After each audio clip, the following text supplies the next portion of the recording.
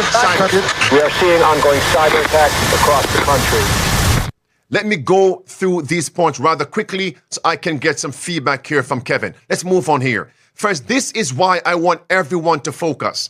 It says, in the next 2 years, expect a catastrophic cyber attack. This was the WEF speaking and their political allies. Listen. The most striking finding that we found is that 93% of cyber leaders and 86% of cyber business leaders believe that the geopolitical instability makes a catastrophic cyber event likely in the next 2 years. Beloved, I want to say something. This far exceeds anything that I've never said before. Notice, that was stated in 2023. 2 years from that, Kevin, is 2025. Here's my point. I personally have been on the record stating, whenever Satan gives you a date for something, I believe he would attempt to strike before that date. Words from the Pope are from preacher, come back here. Thank you so much. All right. He made the statement. Your Royal Highnesses, Excellencies, distinguished heads of state and government, the future is built by us, by a powerful community as you here in this room. And the Pope is saying the very same thing. They're on the same team. Listen now to what's happening in America. Watch. Now, when I described the CCP as a threat to American safety a moment ago, I meant that quite literally. There has been far too little public focus on the fact that PRC hackers are targeting our critical infrastructure, our water treatment plants, our electrical grid, our oil and natural gas pipelines, our transportation systems, and the risk that poses. Friends, this is China's hackers. You know what? Enough of that. Headline, U.S. Energy Department, other agencies hit in global hacking spree. It's coming. Energy.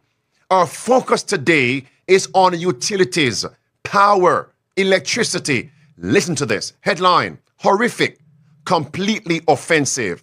Outrage as Britons risk jail for breaking net zero rules. Listen, another power grab by MPs over there in the UK. They're outraged by plans to jail property owners who defy net zero rules. It's going to be Aurelian. Notice, £15,000 in penalties if you violate net zero policies.